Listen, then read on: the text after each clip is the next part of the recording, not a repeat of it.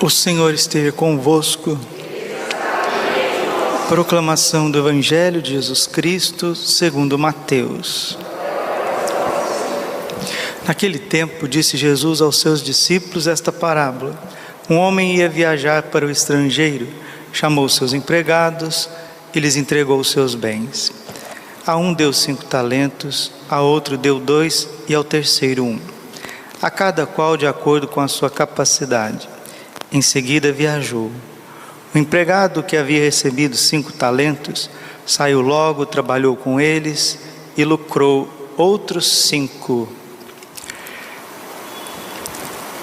Do mesmo modo, o que havia recebido 2 lucrou outros 2. Mas aquele que havia recebido 1 só saiu, cavou um buraco na terra e escondeu o dinheiro do seu patrão. Depois de muito tempo, o patrão voltou e foi acertar contas com os empregados. O empregado que havia recebido 5 talentos entregou-lhe mais 5, dizendo: Senhor, tu me entregaste 5 talentos, aqui estão mais 5 que lucrei. O patrão lhe disse: muito bem, servo bom e fiel. Como foste fiel na administração de tão pouco, eu te confiarei muito mais. Vem participar da minha alegria.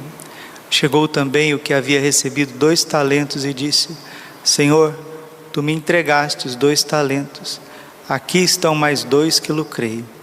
O patrão lhe disse: muito bem, servo bom e fiel. Como foste fiel na administração de tão pouco, eu te confiarei muito mais.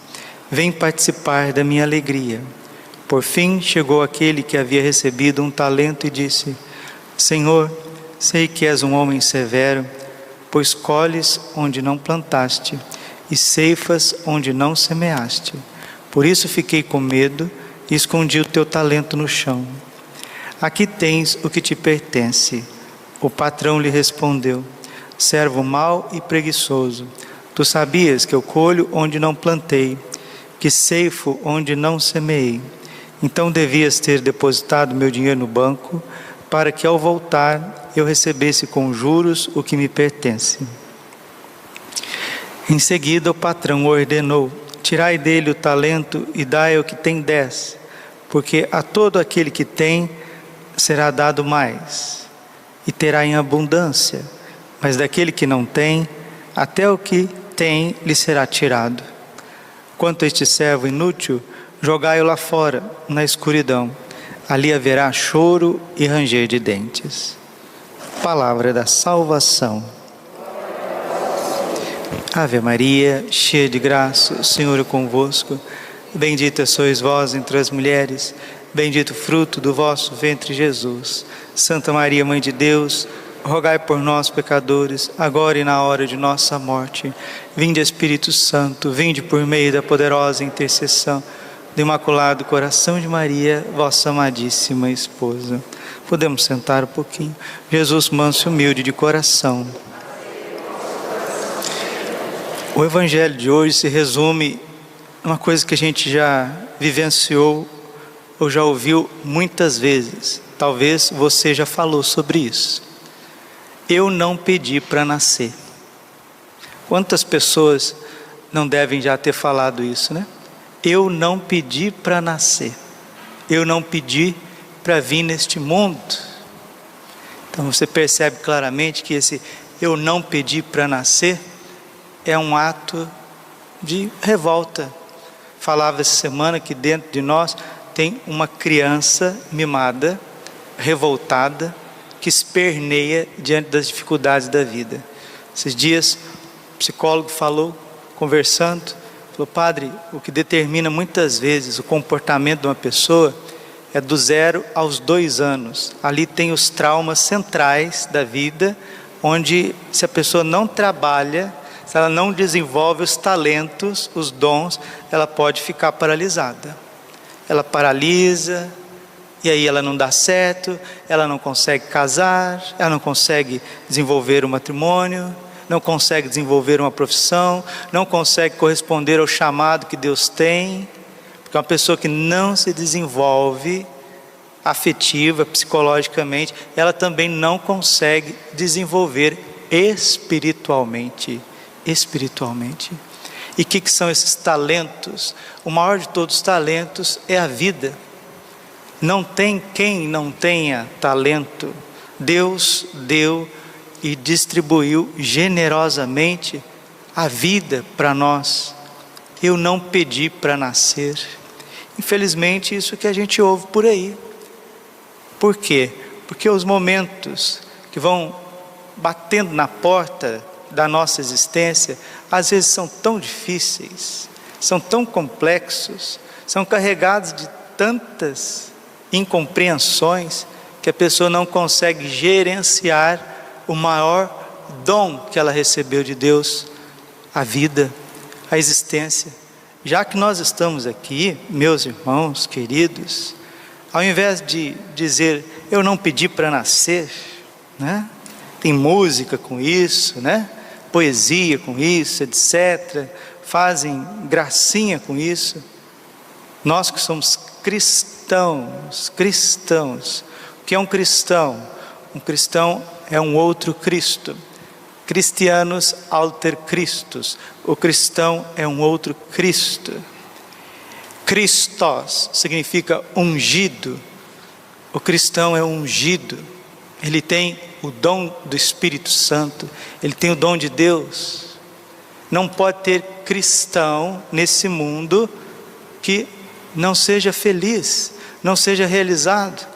No começo do cristianismo, os pagãos olhavam para os cristãos, ou seja, para os ungidos de Deus, os cheios de vida, e diziam entre eles, os pagãos, vejam como eles se amam. Hoje nós celebramos Santo Agostinho, a glória da Igreja Católica. Ontem celebrávamos a sua mãe, Santa Mônica, e Santa Mônica se santificou por interceder por Santo Agostinho, porque ela buscava Jesus com uma força muito grande, e buscando Nosso Senhor, ela também se encontrou. E Agostinho, com 32 para 33 anos, vai ser batizado por Santo Ambrósio de Milão. Mas o que fica bonito na vida de Santa Mônica e Santo Agostinho é que Deus permitiu que Santa Mônica rezasse 32 anos, porque não queria dar somente um filho cristão. Deus queria dar o maior doutor da Igreja Católica. Santo Agostinho, isso quem diz são os especialistas, os teólogos, exegetas, historiadores. Santo Agostinho, depois de São Paulo, é o santo mais expressivo em obras teológicas na Igreja Católica. 1 Coríntios capítulo 4, versículo 20. O reino de Deus não consiste em palavras, mas sim em atos. Santo Agostinho não só se deixou levar pela graça de Deus, pois foi batizado já com 32 para 33 anos, mas se tornou sacerdote.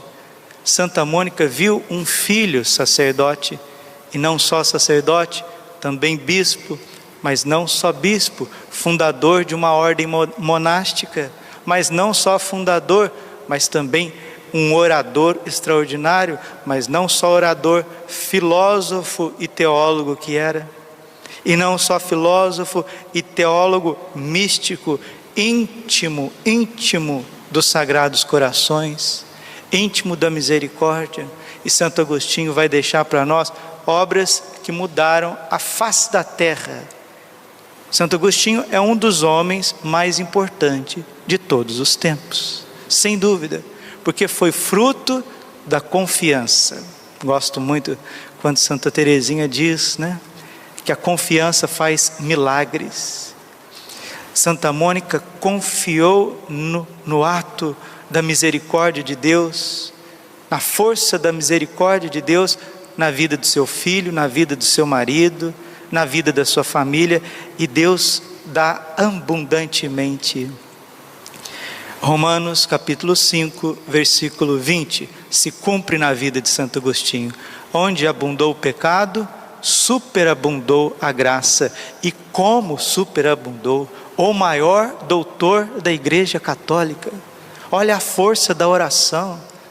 Santa Mônica nas dificuldades, ela não disse para Jesus, revoltadinha: eu não pedi para nascer. Muitas vezes os santos, na dificuldade, não disse: eu não pedi para nascer. Não ficou revoltado com os pais. Não, pelo contrário. Examinou aonde está a dor, onde está a ferida, onde está a mancha do pecado, e escreveu confissões, rasgando seu coração, pedindo misericórdia para Deus.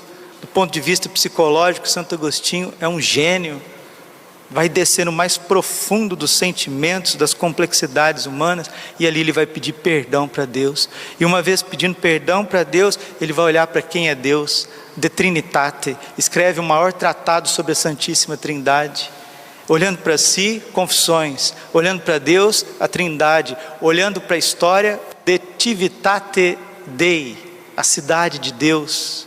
Ali ele vai mostrar que a história é tecida sobre dois amores. Ele diz: dois amores constituiu duas cidades.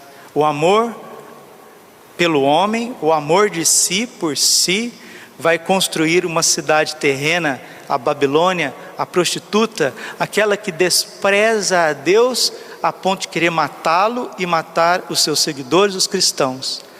Mas também existe uma cidade erigida no amor verdadeiro, que é a Jerusalém Celeste, que é a igreja, aqueles que amaram tanto a si mesmo, que amaram tanto a Deus, que esqueceram de si mesmos. São os santos, são os mártires. Dois amores construíram duas cidades. A primeira, a prostituta, a Babilônia, aquela que quer matar Deus, aquela que é deicida. A segunda, a Jerusalém Celeste, aqueles que amam tanto a Deus, amam tanto a verdade, amam tanto o amor, a ponto de esquecer de si mesmo. São os santos, são os mártires, são os verdadeiros cristãos. Que o Espírito Santo venha sobre a nossa vida, como veio sobre a vida de Santa Mônica, numa perseverança incrível na oração, como veio sobre a vida de Santo Agostinho e fez com que ele produzisse muitos talentos. Quantas pessoas enterrando talentos. Tem gente que sabe cantar e não canta para Deus. Tem gente que sabe escrever e não escreve uma palavra, não escreve uma mensagem bonita. Tem gente que sabe falar, sabe se comunicar, não dá catequese. Tem gente que tem o dom do serviço. A pessoa está sempre atenta às coisas e fica ali: o que os outros vão pensar de mim? O que o ciclano vai pensar de mim? Então vai enterrando talentos. Tem pessoas que são chamadas à vida religiosa, chamadas a dizer o seu sim para Deus, num convento, num mosteiro, e por medo vai enterrando talento, e a vida vai passando. Tem gente que é chamado a evangelizar, a se lançar, a ir ao encontro dos outros, e por medo, por revolta, por infantilismo, por uma vida ferida, vai enterrando talento. Interessante que Santo Agostinho também vai comentar o Apocalipse de São João. E nós sabemos que o Apocalipse, as 7 primeiras igrejas, as 7 igrejas do Apocalipse, ela está comentando a história da igreja num todo. Nós vivemos num tempo de revoluções. A nossa vida, a nossa existência, nesse período da igreja que nós encontramos, é um período de revoluções. Padre, o que é revolução? Revolução é não a realidade. Todo revolucionário é um gnóstico. Ele quer fazer com que a realidade se amolde à sua cabeça doente. Isso é revolução. Os santos é o contrário. Eles veem a realidade marcada pelas dificuldades e não ficam querendo mudar a estrutura das coisas, mas abrem a ação do Espírito Santo para que o Espírito Santo mudem eles mesmos. Isso é santidade. Isso é cidade de Deus. Os revolucionários, eles não estão preocupados consigo, eles estão preocupados com a história, com os outros, com Deus. Eu vou mudar Deus, é o ateísmo. Eu vou mudar a história, é o maniqueísmo. Eu vou mudar os outros, é um psicologismo barato. O revolucionário nunca está disposto a mudar a si mesmo. porque dá trabalho, porque tem que ser humilde, porque tem que buscar, né? Lucas 11:9, pedi-vos será dado, buscai e achareis, batei e vos será aberto, porque a todo aquele que pede será dado, a todo aquele que procura, acha, a quem bate será aberto. E nós precisamos pedir essa transformação, nós precisamos buscar uma vida verdadeira, nós precisamos bater na porta da misericórdia de Deus, para que venham novos evangelizadores, homens novos, mulheres novas. Como o ser humano hoje, ele não está disposto a pedir, não está disposto a buscar, a bater, a insistir com humildade, com penitência, como foram os santos. Então vamos mudar a Igreja Católica, vamos mudar os sacramentos, protestantismo, revolução, não é? Vamos mudar a forma do homem pensar, racionalismo, ateísmo, vamos mudar a estrutura da política na terra, vamos banir o que é sobrenatural, vamos banir a religião, comunismo. Como o homem não quer se deixar transformar por Deus, o homem não quer se deixar moldar por Deus, vamos banir, vamos tirar da nossa frente a população, vamos reduzir a população. Pandemia, remedinhos por aí, vamos reduzir, vamos colocar a máquina no lugar de Deus, vamos colocar a internet, vamos colocar o 5G no lugar de Deus. Processos revolucionários. Santo Agostinho nasceu num período, diz São Jerônimo, que a igreja dormiu católica e acordou ariana. O arianismo não não acreditava que Jesus era filho de Deus, que ele tinha a natureza divina. O arianismo não acreditava nisso. E a maioria dos bispos da época de Santo Agostinho, a maioria dos padres da época de Santo Agostinho, a maioria dos cristãos da época de Santo Agostinho chegaram ao absurdo de acreditar numa heresia dizendo que Jesus não é Deus. E hoje também nós vivemos com o modernismo, como diz São Pio X, a soma de todas as heresias. Isso é o modernismo. E quem vai tirar desta crise? Quem vai tirar desse buraco onde o catolicismo caiu? Agora não vai ser Santo Agostinho, ou Santo Tomás de Aquino, ou São João da Cruz, ou um Gregório Magno, um São Leão Magno, grandes, gigantes papas e doutores que vieram. Que venham sim os santos que precisam vir, e eles vão vir, mas quem tirará a igreja desse charco, desse buraco, vai ser Nossa Senhora. É Nossa Senhora quem vai nos tirar. Com o triunfo do coração imaculado de Maria, a igreja voltará sim a crer em tudo aquilo que foi revelado por nosso Senhor Jesus Cristo, e cheia do Espírito Santo, não cheia de si mesma, ela evangelizará ainda todos os povos. Que esse período difícil que nós vivemos, que é um período de confusão doutrinal, Apocalipse capítulo 3, versículo 3, sabe de quem aprendestes a doutrina, por isso guarde, versículo 4, Apocalipse 3, 4, ainda tem em Sardes aqueles que conservam a veste branca, andarão comigo, estarão comigo. Esta veste branca é a fé católica, a fé autêntica, não daqueles revoltadinhos que disseram, não pedi para nascer e se tornaram revolucionários, estão quebrando tudo por aí, né? Quebrando as artes, quebrando a economia, quebrando a cultura, quebrando a política, fazendo arruaça com o mundo, com a igreja, com a nação cristã, com a civilização cristã que foi construída com suor, sangue, martírio, vida. Peçamos a Deus essa transformação interior, porque assim nós poderemos ver a Deus com mais clareza e a história também com mais clareza. Nós precisamos estudar, nós precisamos ser cristãos de verdade. Que Santo Agostinho Santa Mônica, Nossa Senhora, sede de toda a sabedoria, nos envie santos e sábios para que o mundo seja transformado. Glória ao Pai, ao Filho e ao Espírito Santo, como era no princípio, agora e sempre. Coração Imaculado de Maria, São Miguel Arcanjo, defendei-nos no combate. Seja o nosso refúgio contra a maldade e as ciladas do demônio. Ordene-lhe Deus, instantemente pedimos.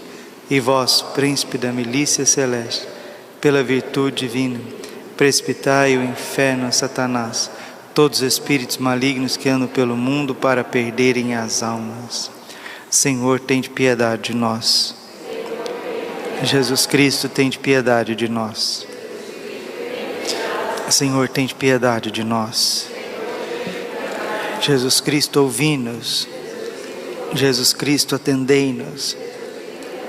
Pai Celeste, que sois Deus, Filho Redentor do mundo, que sois Deus, Espírito Santo, que sois Deus, Trindade Santa, que sois um único Deus, Santa Maria, Rainha dos Anjos, São Miguel cheio da graça de Deus, São Miguel perfeito adorador do Verbo Divino, São Miguel coroado de honra e de glória, São Miguel poderosíssimo, príncipe dos exércitos do Senhor, São Miguel porta-estandarte da Santíssima Trindade, São Miguel guardião do paraíso, São Miguel guia e consolador do povo israelita, São Miguel esplendor e fortaleza da igreja militante, São Miguel honra e alegria da igreja triunfante, São Miguel luz dos anjos, São Miguel baluarte dos cristãos, São Miguel força daqueles que combatem pelo estandarte da cruz, São Miguel luz e confiança das almas no último momento da vida,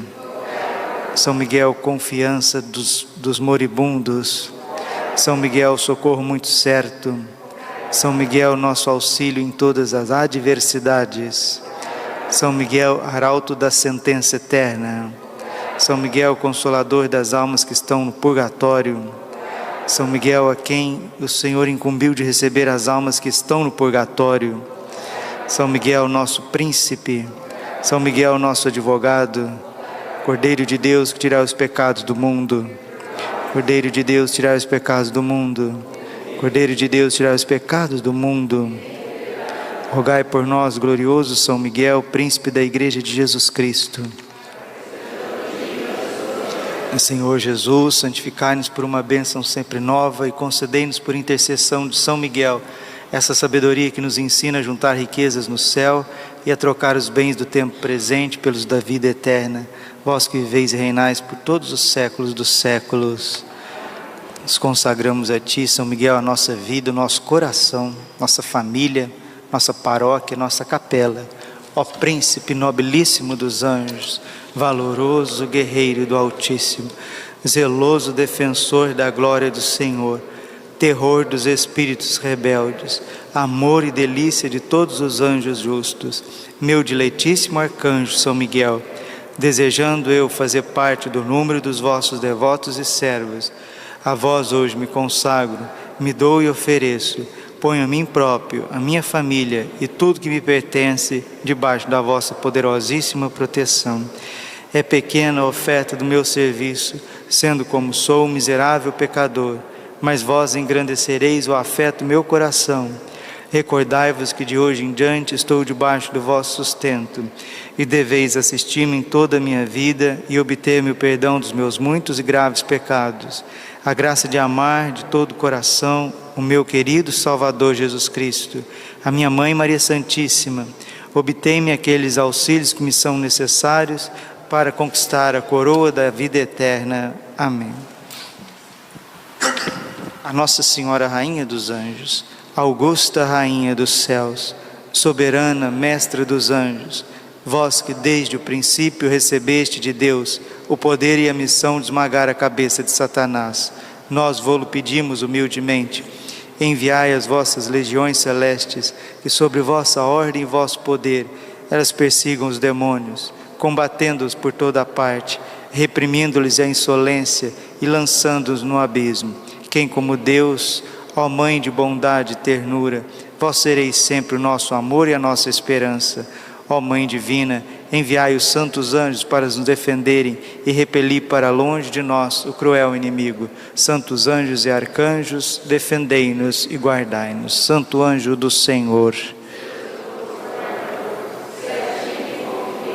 a piedade divina sempre me rege, me guarda, me governa, me ilumina. Nossa Senhora, Rainha dos Anjos,